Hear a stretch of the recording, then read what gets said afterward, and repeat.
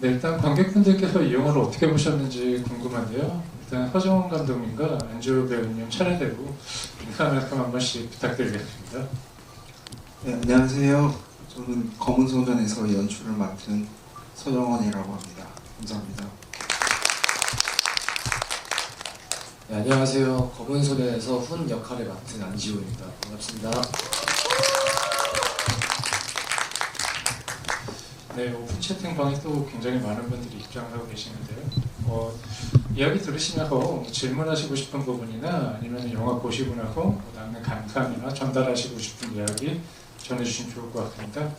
일단 이 영화를 어떻게 보셨는지 저도 굉장히 궁금하고 저보다도 아마 감독님과 배우님 두 분이 더 궁금하지 않을까라는 생각이 드는데요. 일단 아까 제가 그 대기실에 있을 때 그게 좀 궁금했어요. 이 영화의 배경이 1997년, 그러니까 IMF 그 금융위기 때잖아요. 저도 그 당시 고등학생이었기 때문에 저는 그 상황을 굉장히 실시간으로 경험했던 세대고, 이 영화에 나오는 훈이라는 인물과 굉장히 비슷한 시점에서 그 시대를 좀 경험했던 타입이기 때문에 사실 이 영화를 만든 감독님이 과연 나이가 어떻게 되실까 좀 궁금하더라고요. 그래서 아까 여쭤봤더니 저랑 똑같은 1982년생이었기 때문에 이 영화를 역시나 그 당시 어떤 경험이 녹아드는 작품인 것 같다라는 생각이 들었고요. 동시에 아까 잠깐 여쭤봤는데 그냥 뜬금없지만 감독님께서 혹시 만나고 싶은 감독님이 계시냐라는 이야기가 나왔는데, 감독님이 스콜세지 감독님을 만나고 싶다는 얘기를 하시더라고요. 갑자기 떠올랐던 얘기가 있는 게, 그 마틴 스콜세지가 예전에 이런 얘기를 했어요. 이야기를 만드는 첫 번째 원칙은 내가 아는 이야기를 해야 된다였습니다. 그러니까 마틴 스콜세지도 첫 번째 영화를 만들 때 본인이 아는, 자기가 직접 겪었던 이야기를 결국 반영해서 영화를 만들었거든요. 그래서 이 영화가 검은 소년이 서정원 감독님의 첫 번째 영화이기도 하고, 그 동시에 평소에 뭔가 과거에 경험했던 바를 이 영화에 녹였다는 이야기를 저는 인터뷰를 하신 적이 있더라고요. 그런 측면에서 이 영화가 1997년에 IMF 사태에 뭔가 그런 시대적인 혼란을 느끼는 그 한 아이의 또 다른 내면적인 혼란을 그리는 데 이유가 있구나라는 생각을 했습니다. 근데 여기서 약간 궁금했던 게, 사실 어떻게 보면 안주 배우님 같은 경우는 이 영화의 어떤 배경이 되는 1997년은 사실 경험해보지 못했을 거란 말이에요. 근데 동시에 어떻게 보면 이 영화의 어떤 배경이 되는 그 인물 자체의 10대의 감성이나 그때 느끼는 어려움 같은 걸 많이 경험해보셨을 것 같다는 생각이 듭니다. 그래서 어떻게 보면 이 영화는 그 10대 시절을 지나는, 심지어 이 영화를 촬영할 때 그 훈이와 똑같은 고등학생이었던 걸로 알고 있거든요.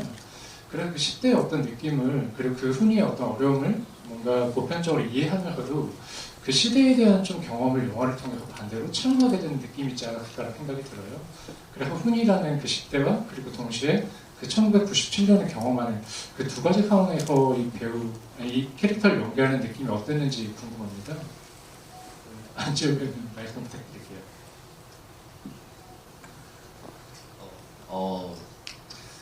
일단 그 당시에 그 상황을 저는 정확하게 경험을 하지 못했어서 그런 부분들은 감독님이랑 좀 얘기를 많이 나눴던 것 같고, 근데 사실 그래서 제 10대에 찍었기 때문에 그 같은 10대라 생각해서 그런 부분에 대해서 엄청 공감대가 있어서 그런 것들은 좀 편하게 할 수 있었지만, 모르는 것들은 감독님한테 많이 물어보면서 촬영했던 것 같습니다. 그럼 이번에는 서정원 감독님께 좀 질문을 드릴까 하는데요. 지금 방금 말씀하신 것처럼 그 10대 시절에 뭔가 그 보편적인 감성은 아마 안주 배우님이 좀 어느 정도 이해를 하고, 그 훈이의 특수한 상황 자체에 대한 이해가 있었을 거라 생각이 듭니다. 근데 동시에 결국에는 97년도에 감독님께서 겪었던 어떤 경험이나 그 당시의 정황 같은 것들이 아무래도 많은 부분에서 좀 이야기가 전달돼야 될 부분이 아니었을까라는 생각이 드는데, 이 영화에 나오는 어떤 훈이와 그리고 1997년을 배경에 둔 어떤 그 이유가 좀 궁금합니다. 말씀 한번 부탁드리겠습니다.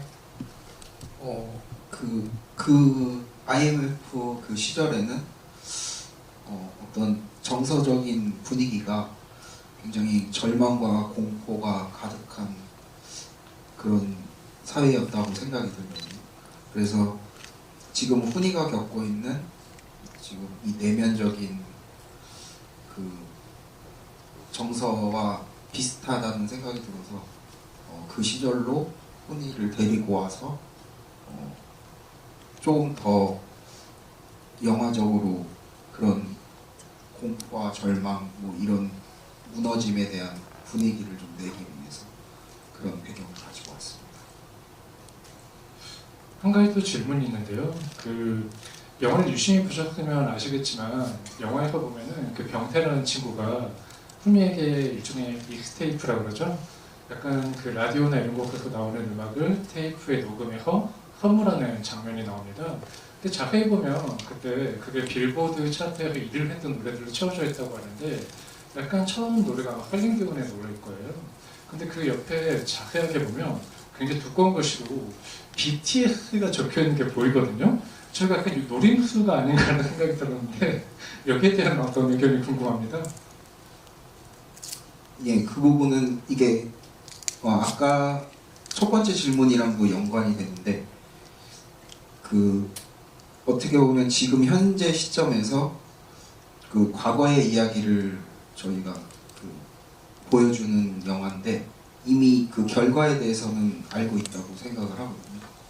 그러니까 그거에 맞춰서 훈이도 나중에는 이 영화상에서는 뭔가 끝맺음이 없는 것처럼 느껴지지만 결국에는 훈이도 이렇게 찬란한 미래가 있을 것이다. 뭐 이런 구조를 짰고 그 안에서 이제 뭐 BTS 같은 어찌 보면 그냥 장난 뭐 이런 거 이런 부분들을 심어 놓으려고 했던 것 같습니다. 왠지 현장에서 그 촬영을 할 때 배우님 같은 경우도 그 소품을 보셨을 것 같거든요. 이거 BTS네? 라고 이야기를 좀 주고받았을 것 같은데 거기에 대한 약간 후일담 같은 건 없나요? 근데 제가 대본에서부터 이게 써 있었어요. BTS라고. 그래서 감독님한테 네? BTS? 네. 막 이러면서 그래서 알고 있었습니다. 네. 이래도 괜찮을까라는 생각 같은 거. 그런데 영화에서 보면 그 훈이라는 인물이 사실은 문학적 감수성이 굉장히 뛰어난 인물이죠. 그래서 실제로 영화에서는 그 고유명사가 등장하지 않습니다만 그 데미안이라는 작품이 영화를 통해 언급될 수밖에 없는 작품인 것 같습니다. 그래서 그 작품에 대한 호기심을 느끼는 인물이기도 하고 동시에 본인이 작가가 되면 어떨까라는 생각을 어머니에게 직접적으로 물어보는 인물이기도 합니다. 그래서 어떻게 보면 그 훈이가 들고 다니는 그 검은 수첩이 있는데 그 검은 수첩이 어떻게 보면 이 영화의 검은 얼굴, 그 검은 소년이라는 그 제목과도 연결이 되는 것 같아요.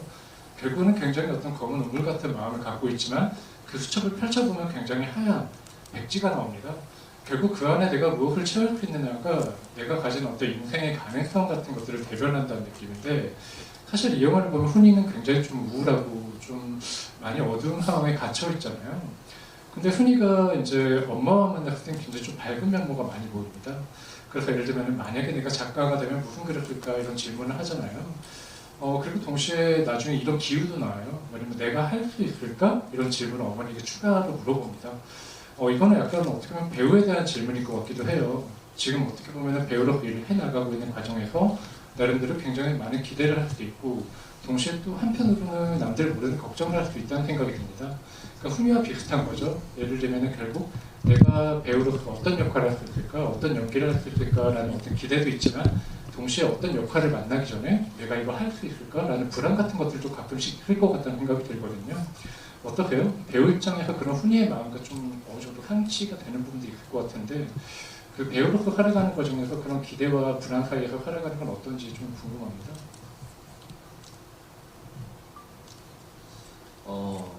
일단 어떤 캐릭터를 맡았을 때 항상 어려움에 부딪히는 것 같아요. 그래서 이제 이 캐릭터를 연기해야겠다 생각할 때는 엄청나게 기대도 되고 설레지만 막상 마주치면 항상 벽에 부딪혀서 그거를 이제 어떻게든 뚫어내고 이제 그 캐릭터가 저처럼 되기 위해서 많이 노력을 하는 과정이 너무 좀 즐거워서 연기를 하는 것 같고 그런 것처럼 훈이도 뭔가 어떤 답을 잘 찾지 못하고 답을 찾아내려고 하는 그런 것들이 좀 비슷한 점이 있는 것 같아요. 네. 그러면 동시에 이 검은 소년 사실 이게 3년 전에 촬영한 영화이기 때문에 어떻게 보면 배우 입장에서는 굉장히 오래전에 촬영했던 영화를 그리고 그 이후에 굉장히 또 많은 작품을 했기 때문에 약간 좀 많은 부분이 기억 속에서 많이 사라진 부분도 있을 거라 생각이 듭니다. 그래서 어느 정도 좀 더듬어야 되는 좀 고통이 있을 것 같기도 한데 그럼에도 불구하고 검은소년의 자리이기 때문에 여쭤볼 수밖에 없는 것 같아요. 그 당시 훈이라는 인물을 연기할 때는 이 인물이 좀 어떻게 다가왔는지 궁금합니다. 그 내면적인 고통도 있고 동시에 약간 부모에 대한 상실감과 굉장히 좀 많은 부분에서 아이러니를 느낀 인물인데 이 인물을 그 당시에는 어떻게 감당을 했어야 할지 어떻게 받아들여야 했는지 그런 부분이 좀 궁금합니다. 일단 대본을 처음 봤을 때 훈이가 점점 그런 감정의 변화들이 되게 잘 보여지는 느낌이 있다고 생각을 해서 처음에 봤을 때 그걸 표현해보고 싶다는 생각을 먼저 했었던 것 같아요. 그래서 그게 제일 먼저 좀 다가왔었던 것 같고 그리고 어느 정도 저한테 공감됐던 부분들도 있어서 그래서 그런 것들 때문에 훈이를 많이 연기해보고 싶었던 것 같습니다. 혹시 좀 특별히 어려웠던 부분이라던가 어떤 감정, 어떤 관계 그런 부분에서 좀 많이 해결해야 됐다고 생각하는 부분이 좀 뒤늦게 생각나는 바가 있을까요? 일단 훈이가 매 캐릭터마다 대하는 그런 감정이 좀 되게 달랐던 것 같아서 그런 것들을 표현을 할 때 그게 잘 보여졌으면 좋겠어서 그런 것들이 좀 많이 어려웠던 것 같고 그냥 그런 사람마다 대하는 그런 태도나 그런 감정이나 느낌을 좀 다르게 하는 게 가장 어려웠던 것 같아요. 이번에는 좀 감독님께 여쭤볼 질문이 있는데요. 아까도 몇 차례 언급했던 그 데미안이라는 소설이 이 영화에서 굉장히 중요한 모티브로 등장합니다. 그리고 몇 차례 하신 인터뷰를 보니까 이 작품이 실제로 이 영화에서도 굉장히 중요한 모티브가 된 것 같아요. 물론 이제 이 영화를 보면서 굉장히 감독님이 약간 개그 욕심 있으시구나 생각했던 포인트가 있는데 이런 얘기를 하죠. 우리가 착한 친구가 있고 그 친구가 나쁜 친구를 만나서 친구 엄마를 좋아하게 되는데 막 새가 나오고 그런 거다라고 하니까 갑자기 서점 주인이 그거다라고 해서 갑자기 갖다 주는 소설책이 있죠. 친구의 새엄마라는 소설책이 있었습니다. 이 책을 제가 온라인에서 검색해보니까 이 책과는 연관이 없는 것 같은데 진짜로 이런 소설이 있더라고요. 이게 약간 이북 같은 거로 나와 있고 실제로 그 서점 주인이 권해주는 것과 굉장히 비슷한 성격의 그런 소설이었던 것 같습니다. 그래서 어떻게 보면 이거를 알고 그러신 것 같지는 않은데 동시에 결과적으로 데미안이라는 소설에 대한 굉장히 큰 오해를 관객한테 심어줄 것 같아가지고 약간만 설명을 해드리자면 데미안에서 이제 그런 게 있죠. 알을 뚫고 나온 새는 신에게 날아간다 이런 용어가 있습니다. 그래서 이 영화에서도 결국에는 어떤 새에 관한 이야기가 거기서 나오는 아프라사스라는 그 새인데 그 새는 약간 신화적인 존재거든요. 그 새가 결국에는 날아가는 존재가 악역도 아니고 선도 아닌 어떤 굉장히 신화적인 존재인데 결국에는 에밀 싱클레어라는 주인공이 데미안이라는 그 선하게 모호한 인물을 만나서 거기에 큰 영향을 받게 된 이야기가 결국 그 데미안이거든요. 근데 사실 이 영화를 보면은 굉장히 훈이도 중요하지만 훈이와 부모의 관계도 중요하지만 훈이 주변의 친구와의 관계도 굉장히 중요하게 다뤄집니다. 특히나 이 영화에서 굉장히 좀 흥미로운 부분 중에 하나가 그 기철이라는 인물이라는 생각이 들어요. 그 기철이라는 인물은 사실 어떻게 보면은 이 영화 안에서 그 인물만 딱 걷어내도 사실 이야기가 성립이 안 되는 부분이 없습니다. 근데 기철이라는 인물이 들어가기 때문에 훈이가 겪는 어떤 내적인 통증 같은 것들도 드러나지만 훈이라는 인물의 그 어두운 내면도 훨씬 더 많이 증폭되는 부분도 있는 것 같아요. 그래서 어떻게 보면 굉장히 좀 실제적인 캐릭터이기도 하지만 존재하지 않는 캐릭터처럼 후반에 등장하기도 하거든요. 그래서 어떻게 보면 그 훈이의 데미안 같은 인물이기도 하지만 물론 완벽한 데미안 같은 존재는 아니죠. 그런 측면에서 봤을 때 그 훈이라는 인물의 어떤 부모와의 관계를 넘어서 그 친구 관계를 설정하는 과정이 좀 궁금했습니다. 어떻게 보면 그 집안의 과정이 먼저 설정했던 캐릭터, 그러니까 그 시나리오의 설정이 아니었을까라는 생각이 드는데 그 이후에 친구의 과정이 좀 확증되는 면모가 있었을 것 같아요. 거기에 대한 고민이 어느 정도인지 좀 궁금합니다. 예, 봐주신 대로 처음에 친구 관계를 설정을 할 때 이제 연이라는 캐릭터가 나오고 기철이라는 캐릭터가 나오는데 훈의 입장에서는 그게 실질적인 친구일 수도 있지만 훈이 갖고 있는 어떤 내면의 한 일종이지 않을까. 그렇게 구조를 짰고, 그다음에 연희는 어떤 훈의 어떤 밝고 긍정적이고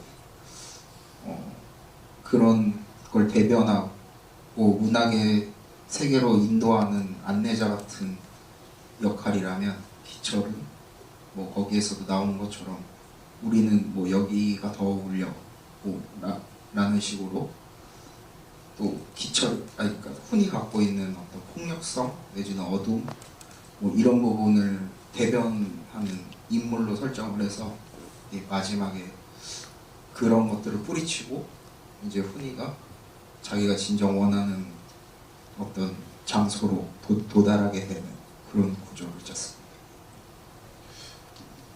그다음 그 엔딩에 관한 질문을 좀 드리고 싶은데요. 사실 어떻게 보면 훈이가 이제 마지막에 거의 굉장히 좀 본의 아니게 어떻게 보면 그 내면의 폭력 때문에 본인이 그 컨트롤이 안 되고 사실 그 아버지를 때린 장면이 가장 이 영화에서 폭력적이면서도 그냥 마음이 아픈 장면이라는 생각이 듭니다. 그리고 그 이후에 훈이의 모든 상황들이 와르르 무너진다는 느낌이 드는데, 그 마지막에 훈이가 그 책방에서 이제 그 엔딩씬을 맞이하는데 그 이전에 그 터널을 지나갈 때 기철이라는 인물이 잠깐 나타나잖아요. 근데 그때 나타나는 기철은 실제로 거기 존재하는 기철 같지는 않거든요. 그게 아마 훈이 어떤 내면에서 드러나는 기철이라는 존재가 그냥 항상처럼 나타나는 순간이었다는 생각이 듭니다. 그래서 만약에 이 영화의 엔딩이 그 책방이 아니라 그 터널에서 사실 끝날 수도 있다는 생각이 들거든요. 그래서 어떻게 보면 처음에 이 영화가 그 훈이가 공중전화에서 전화를 한 장면이 시작이 되는데, 그 장면은 실질적으로 영화의 엔딩 시퀀스 바로 이전에 나오는 장면이기도 합니다. 그래서 그 장면은 처음부터 뭔가 설계된 장면이냐 아니냐에 따라서 굉장히 이 영화에 대한 흐름에 대한 감독님의 생각을 판단할 수 있다는 생각이 들거든요. 그래서 이 영화에서 어디서 끝내야 될 것인가라는 감독님의 고민이 굉장히 크지 않았을까라는 생각이 들어요.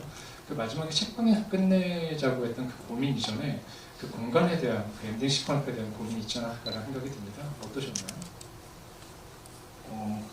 사실 엔딩은 무조건 책방에서 끝낸다라는 생각을 갖고 있었고요. 그리고 말씀해주신 대로 그 엄마가 떠난 이후에 훈이가 혼자 걸어다니는 그 장면에서 사실은 영화의 모든 내용은 끝날 수 있다라는 생각이 들지만, 그 이후의 장면은 다 훈의 어떤 내면을 그냥 이미지화시킨 걸로 봐주셔도 좋을 것 같다라는 생각을 했고, 그 첫 씬을 그렇게 들어간 거는, 첫 씬에서는 어딘가로 훈이가 들어가는데 그곳은 사실 공중전화고 누구한테 의지하고 싶어하는 훈이었다면, 마지막에는 철저히 혼자가 돼서 자신의 선택으로 자신에게 의지하는 훈의 모습을 대비시키려고 첫 씬과 마지막 씬을 그렇게 구성을 했던 것 같습니다. 이번에는 관객분께서 전해주신 질문을 하나 해볼까 하는데요. 아마도 이 질문은 배우님께 해야 될 것 같습니다. 그 정윤진님께서 질문해 주셨는데요. 영화를 찍고 나서 시간이 조금 지났는데 혹시 지금 다시 찍는다면 다르게 연기할 장면이 있을지, 혹은 그 당시 찍을 때는 이렇게 생각했는데 지금은 다르게 생각하는 게 있을지, 여기에 대한 답변을 좀 부탁드리겠습니다.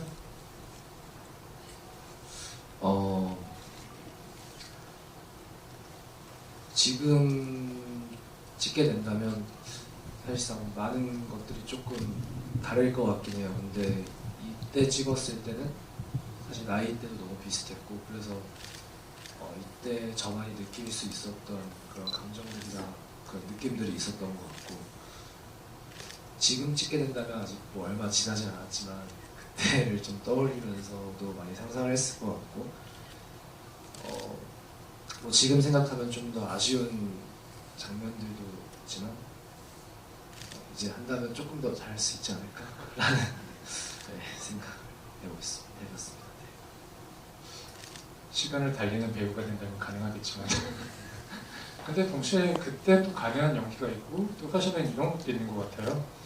어떻게 보면 3년 만에 이제 영화가 개봉을 하게 됐는데 약간 배우님과 뭐 감독님도 마찬가지겠지만 특히나 자신의 얼굴을 마주하는 배우 입장에서는 약간 이 영화가 뭔가 지난 앨범을 보는 것 같은 기분도 좀 느껴질 것 같거든요.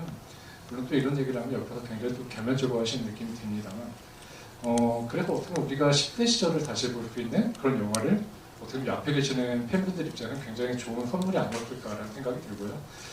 이번에는 감독님께 질문 하나 드려볼까 하는데요. 사실 이거는 제가 준비한 질문이기도 했습니다.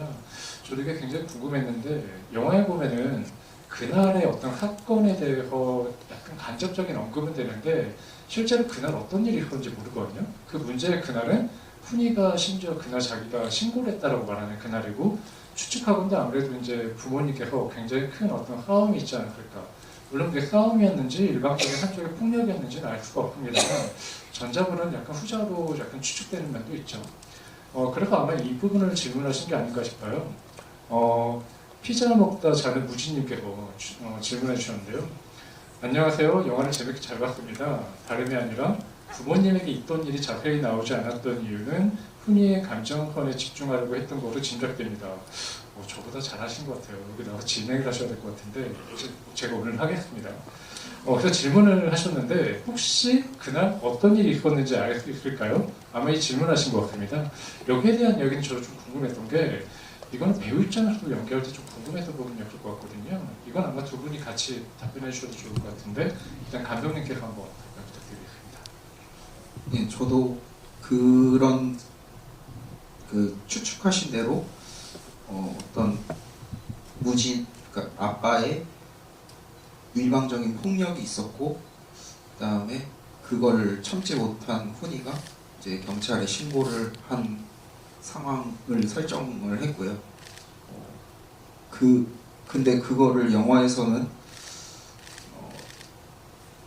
보여주고 싶지가 않았고 그러니까 물리적 폭력보다 더 큰 폭력이 그 억제오는 어떤 정서적인 폭력이라고 생각을 해서 그것을 더 강조하기 위해서 그렇게 스쳐 지나가는 식으로 그렇게 설정을 했습니다. 네. 제가 이번에 배우님께 드리고 싶은 질문은 뭐냐면요. 아마도 그날에 대한 부분이 시나리오에 언급이 됐는지 일단 궁금하기도 하고요.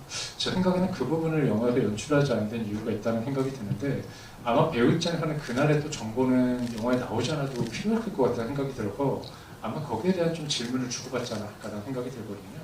그 훈이가 그 신고를 했다고 말하는 그날을 말하는 겁니다. 그래서 그 날에 대해서 좀 약간 감독님과 좀 어떤 대화를 나눴는지 기억이 나시는지 궁금합니다.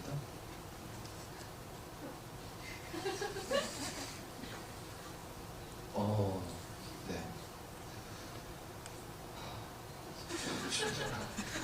그날 제가 잘못했습니다. 아니 대화를 안 나눴던 거.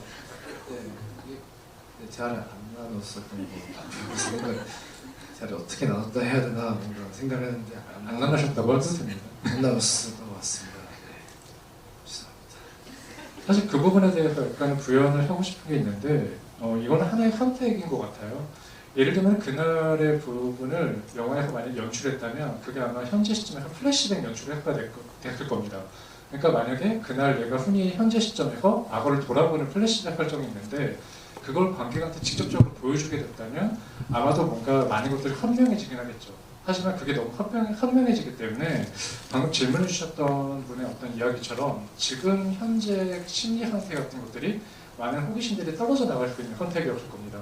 대신에 훈이와 어떤 그 부모님 사이에 있는 인과는 조금 더 선명해졌을 가능성이 있겠죠. 근데 만약에 그 부분을 이렇게 영화에서 떨어내고 나니까 결과적으로는 이 영화에서 그 질문 주신 분처럼 현재 훈이와 부모 관계 안에 있는 약간 미스테리가 강화되는 어떤 그 효과가 있었던 것 같습니다. 그런 측면에서 두 번째 선택을 감독님이 하셨다는 생각이 드는데 여기서 또 다른 질문을 감독님께 드려보겠습니다. 이것도 굉장히 흥미로운 질문인 것 같은데요. 엄지척 프로도님께서 질문 주셨습니다. 그 처음에 연희 역할을 보고 신혜희 씨가 맡은 역할이죠. 그 연희 역할을 보고 훈이가 연희를 통해 정서적 성장을 이루거나 혹은 훈이의 유일한 도피처가 되어주는 그런 존재일까 생각했는데 아지트에서의 만남이 성사되지 못한 이유로 대화 나누는 장면이 없길래 살짝 의외라고 생각했습니다. 훈이에게 있어서 연희는 어떤 존재였는지, 그리고 그날 이후로 연희와 훈이의 관계는 소원해진 걸까요? 이런 질문을 주셨거든요. 여기에 대한 답변 한번 부탁드리겠습니다. 그 아까 말씀드린 것처럼 연인은 그러니까 다 이제 어떤 연인 이성이기 때문에 어떤 연인의 관계나 뭐 이렇게 생각을 하시는데, 저는 처음에 설정을 할 때 그냥 훈이가 만나보지 못한 새로운 세계를 갖고 있는 어떤 사람. 그래서 처음에 이제 그러니까 훈이는 내성적이고 쑥스러움 많고 그렇지만 거침없이 담벼락에다가 막 낙서해야 되고 침 뱉고 그걸 훈이가 또 따라하고, 그러니까 이런 식으로 일탈이나 또 다른 의미로 어떤 문학을 알게 해주고 그런 곳으로 인도를 해주는 안내자, 이렇게 설정을 해서 마지막에 이제 훈이랑 그러니까 만나면, 그때 제가 이제 썼을 때는 만나면 이게 연인의 어떤 뉘앙스로 될 것 같다는 생각이 좀 들어서 그렇게 보여주자, 내면으로서 남겨두자라는 생각으로 그런 선택을 하게 됐습니다. 어떻게 보면 그 심하일 씨가 연기한 연희라는 인물은 아까 그 기철이라는 인물의 또 다른 반대편에 있는 인물 같지만, 약간 이 영화의 모티브가 된 그 데미안이라는 소설에서 데미안의 어떤 반쪽 같은 느낌도 사실 들거든요. 그 훈이에게 굉장히 어떤 긍정적인 영향을 주면서도 사실 그 연희가 했던 대사 중에 굉장히 중요한 대사가 있죠. 너는 왜 책을 좋아하냐, 문학을 좋아하냐라고 했을 때 문학이 본인에게 뭔가 약간 힘을 주는 대상으로 인식을 한다는 겁니다. 그럼 약간 훈이가 갖고 있는 기본적인 문학적인 강수성과는 좀 다른 측면이 있고, 동시에 어떻게 보면 두 인물이 비슷한 취향을 갖고 있지만 같은 결을 갖고 있는 것 같지만 다른 방향을 보고 있구나라는 생각이 드는 측면에서 감독님께서 이 인물을 또 설계했던 이유가 있지 않을까라는 생각도 좀 납득이 되었습니다. 그네타기 미스터 훈이라는 분께서 또 질문하셨는데 이 부분을 또 질문해 보겠습니다. 주차장에 훈이가 아버지를 향해 폭력을 가하고 아버지가 아무 말 없이 가방을 주고 가셨는데 그 뒤로 어머니 집에 가도 아무도 없던 건 부모님 둘 다 훈이를 버리거나 혹은 포기한 걸까요? 어떻게 보면 굉장히 직관적인 질문인 것 같은데요. 이 부분에 대해 한번 감독님께서 한번 답변 주시면 좋을 것 같습니다. 그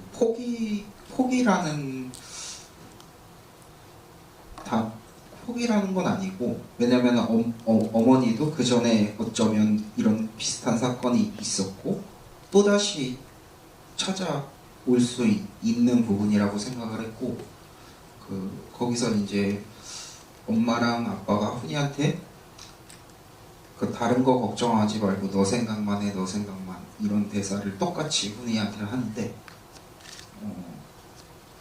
아버지 입장에서는 이제 훈이가 어떤 걸 원하는지 깨닫게 되는 순간이어서 어쩌면 아들을 그냥 놓아주는, 네, 그렇게 설정을 했고, 엄마는 언제든 다시 훈이를 보러 돌아올 수 있다, 이렇게 설정을 했기 때문에 포기했다는 아닌 것 같습니다.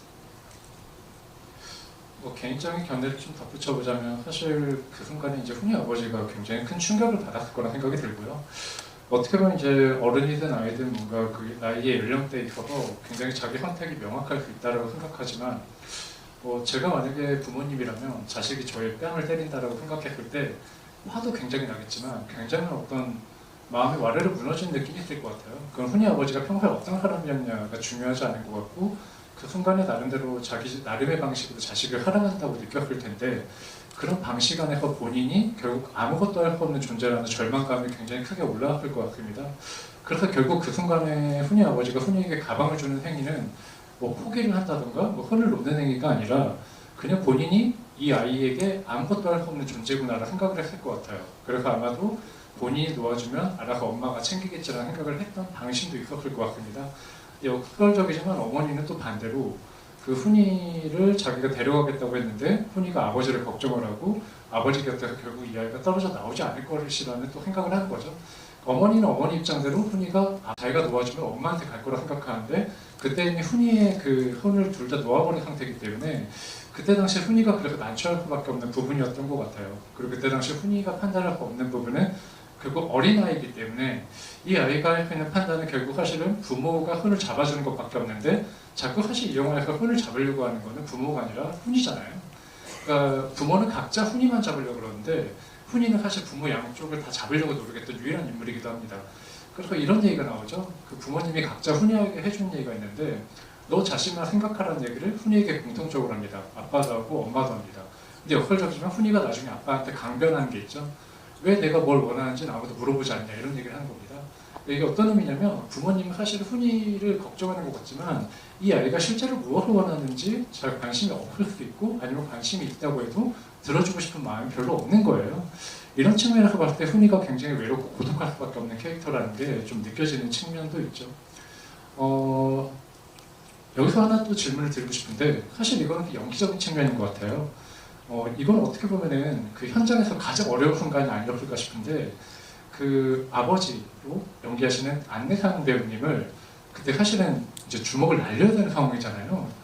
이게 그냥 그 순간에 옆에서 지켜볼 때는 그냥 가볍게 할 수 있겠다 생각하지만 제가 느끼기에는 안내상 씨의 그 주먹을 날리는 연기를 하는 그 순간에 부담감이 굉장히 클 것 같거든요. 그 순간에 굉장히 좀 압박감이 있지 않았을까 싶은데 어떠셨나요? 일단 그 씬을 봤을 때부터 뭔가 부모한테 주먹을 날린다라는 그 장면 자체가 저한테 엄청 감정적으로도 엄청 힘든 씬일 거라 생각을 했었어요. 그래서 계속 긴장을 하고 있었고 열심히 준비하고 있었는데 또 이제 선배님을 이제 잘 좀 쉽지 않았지만 되게 열심히 선배님도 잘 이렇게 해주셔서 열심히 몰입해서 할 수 있었던 것 같습니다. 그리고 어떻게 보면은 지금까지 또 꾸준히 작품 활동을 해오고 있지만 이 영화가 어떻게 보면 좀 단독 주연으로는 처음으로 맡는 작품이기도 하거든요. 그 작품의 크기나 뭐 그런 비중과 무관하게 처음부터 끝까지 내가 작품을 끌고 가는 경험을 해보는 건 배우한테 굉장히 미천이 될 거라는 생각이 듭니다. 그런 측면에서 이 검은 소녀를 찍었을 때의 경험이 굉장히 중요했을 거라 생각이 되는데 처음부터 끝까지 작품을 책임진다는 건 영화에 등장하는 대부분의 캐릭터와 내가 다 관계를 맺을 수밖에 없다는 얘기이기도 하거든요. 그래서 동년대 그 비슷한 또래 배우들과도 연기를 같이 하지만 그 안내상 씨나 윤유선 씨 같은 기성 배우, 선배분들과 연기를 마주하면서 서로 리액션하는 과정에서도 굉장히 큰 감흥이 있지 않았을까 싶어요. 그 두 배우분, 그러니까 부모님 역할을 맡으셨던 그 두 배우분과 또 연기를 마주하는 그 경험도 굉장히 큰 자산이 아니었을까 생각이 드는데 어쩌셨나요?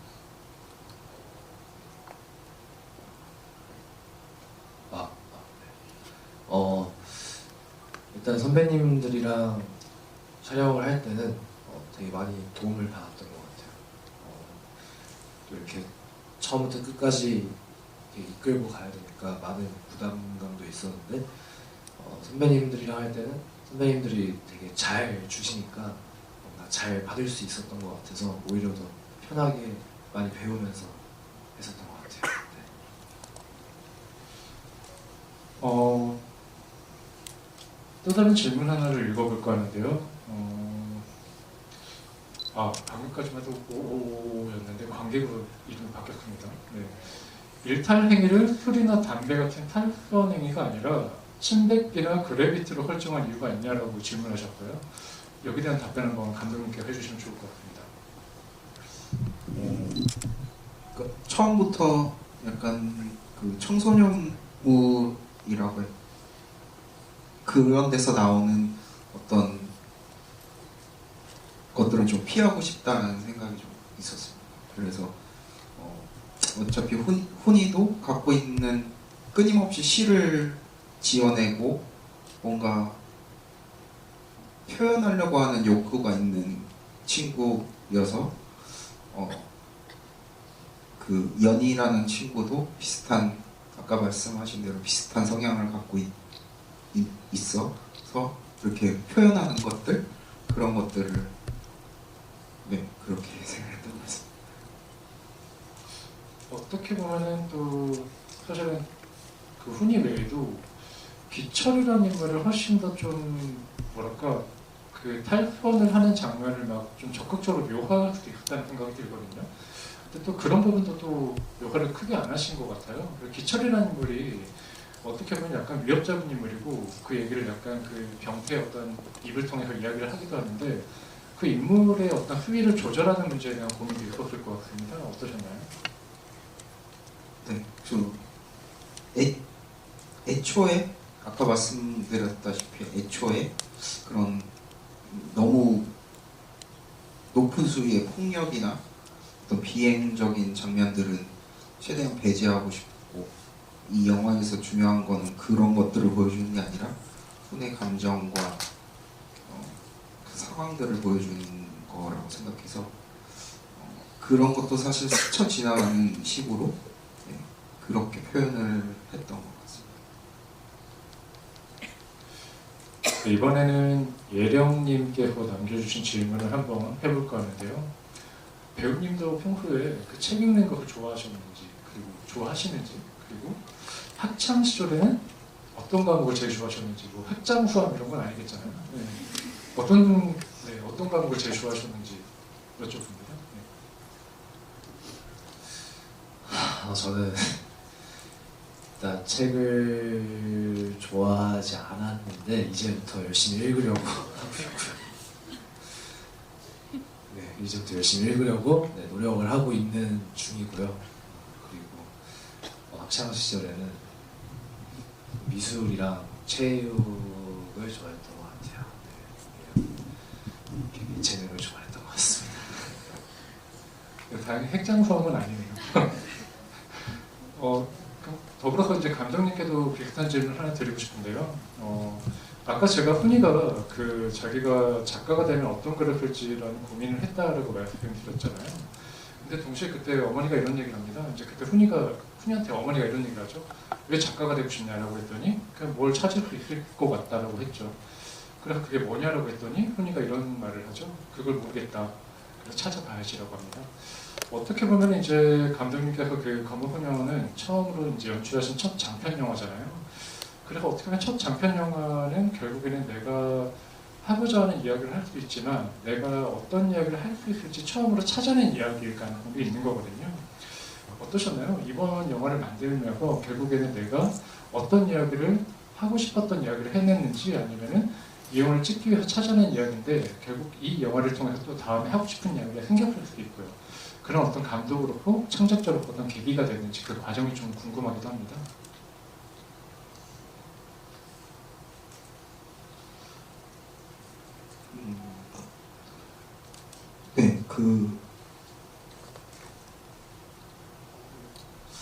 네, 희한하게도 다음 작품을 시나리오를 쓰고 있는데 이렇게 장르가 완전히 다른 영화인데도 그 뜯어보니까 검은 소년이랑 되게 비슷한 구조와 비슷한 메시지가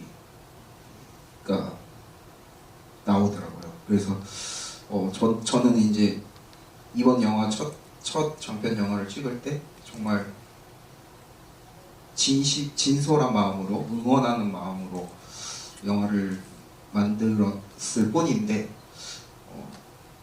이렇게 사회자님께서 말씀해 주신 것처럼 그렇게 그런 어떤 영화적인 토대가 좀 된 것 같다라는 생각이 좀 드는 것 같습니다.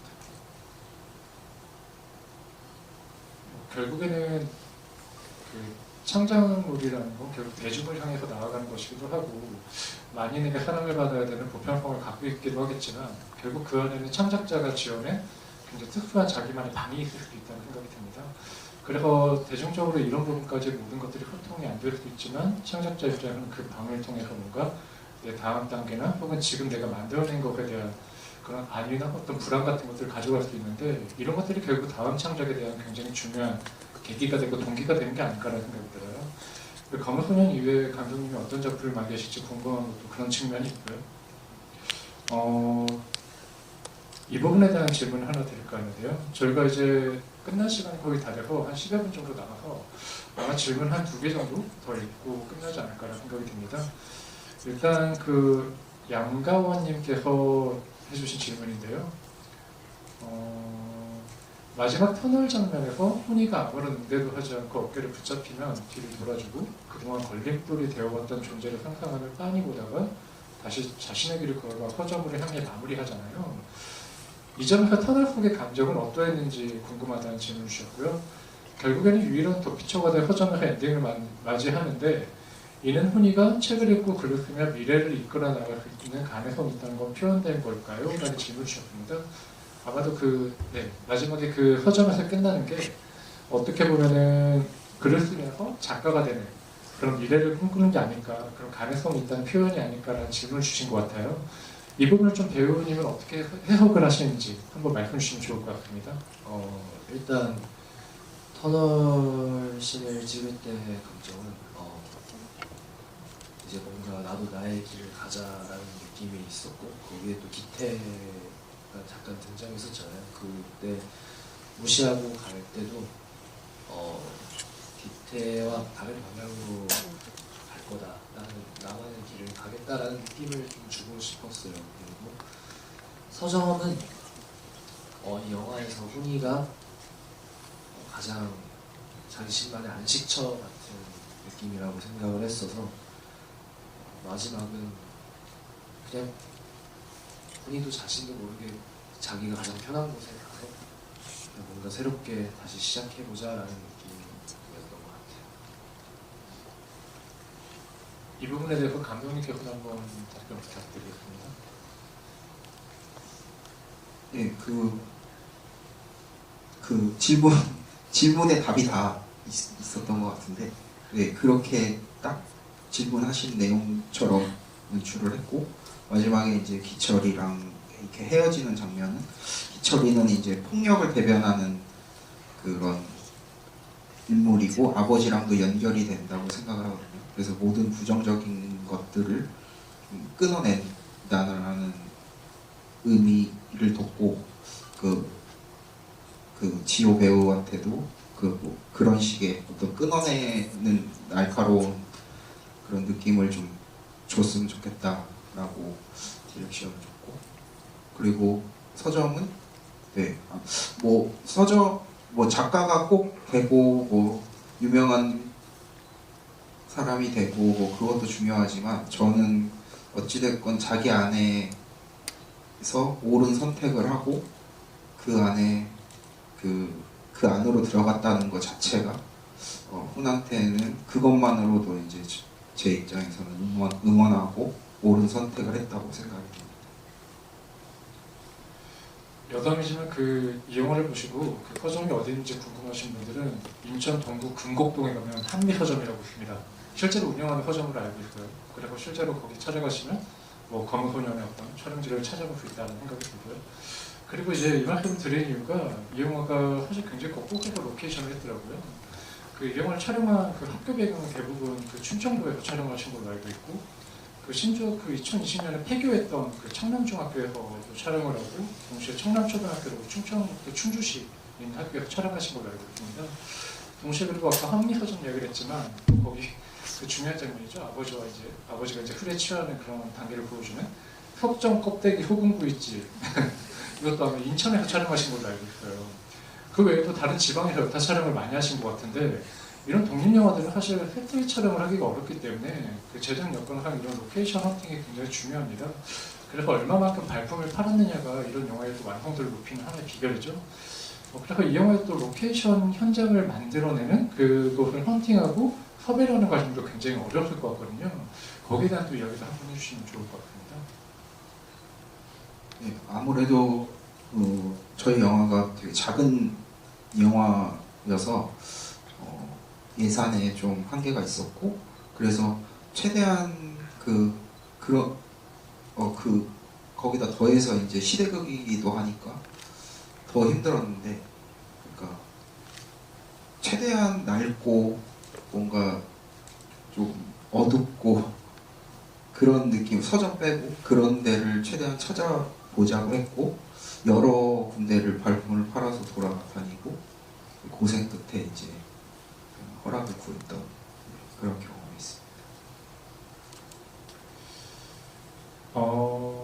이제 시간이 거의 다 돼서 이제 어느 정도 좀 마무리를 해야 될 것 같은데, 아까 저희가 그 질문 주셨던 분들 중에 한 4분 정도에게 저희가 그 사인을 한 포스터를 아마 증정을 해주실 것 같아요. 그 혹시 2분씩 감독님과 배우분께서 그 지금 어떤 좋은 질문 하셨던 분 기억나는 분 있으시면 언급해 주시면 저희가 그분께 드리도록 하겠습니다. 이따가 조금 있다가 말씀해 주시면. 네. 그리고 마지막 질문을 하나 드릴까 하는데요.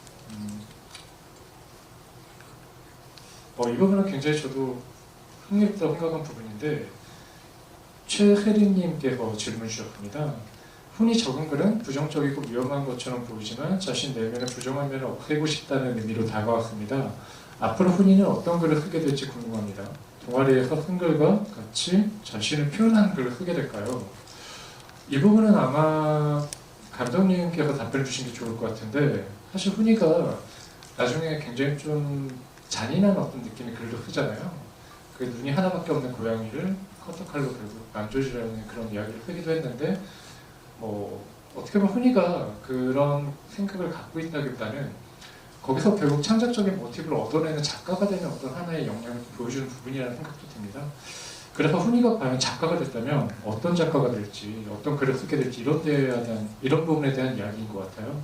감독님께서 생각하는 훈이는 어떤 작가일까요? 어떤 글을 쓰는 사람일까요? 검은 소년의 시나리오를 쓴 그런 작가가 되지 않을까 싶습니다. 그렇다면 결국 훈이는 감독님이신가요? 그건 아니지만 제가 썼기 때문에 비슷한 되돌려 보자면 이런 류를 만들지 않았을까? 그런 생각이 갑자기 들었어요. 질문을 받고. 알겠습니다. 이제 진행을 여기서 마무리해볼까 하는데요. 사실 지금 안주호 배우님이 계속 뭔가 촬영도 해나가시는 걸로 알고 있고, 이미 촬영해놓은 작품도 뭔가 공개를 기다리고 있는 상황으로 알고 있습니다. 저는 개인적으로 예전에 그 윤강은 감독님의 우리 집에서도 어쨌든 거기서도 부모님이 이혼을 하려고 하는 그런 위기 상황에 처해 있는 아들 역할을 한 적도 있기 때문에 그때 생각도 났는데, 최근 작품 리바운드 같은 작품에서도 굉장히 밝은 역할을 하셨죠. 참고로 제가 그래서 오늘 조단 옷을 입고 왔는데 그리고 검은 옷이니까 검은 옷을 입고 왔습니다. 네. 그래서 오늘 뭔가 이렇게 또 실제로 뵙고 이야기할 수 있는 기회여서 굉장히 좀 반가웠다는 생각이 들고요. 앞으로도 이제 또 감독님께서 차기작을 준비하고 계신다고 하니까 어떤 작품 나올지 궁금합니다. 두 분 다 이제 마무리하는 입장에서 감독님부터 차례대로 이 영화를 봐주시는 관객분들에게 이 영화를 어떻게 마음에 담고 가면 좋을지 한번 이야기해 주시면서 끝인사 한 번씩 부탁드리겠습니다. 근데 질문들을 이렇게 들어보니까 굉장히 영화를 제가 의도한 대로 봐주신 것 같아서 너무 감사한 마음이 들고, 이렇게 추운데 이렇게 내일 생업도 있으실 텐데 늦은 시간까지 이렇게 와주셔서 영화를 봐주신 거에 대해서 정말 진심으로 감사드립니다. 저의 소중한 관객분들이십니다. 네, 감사합니다.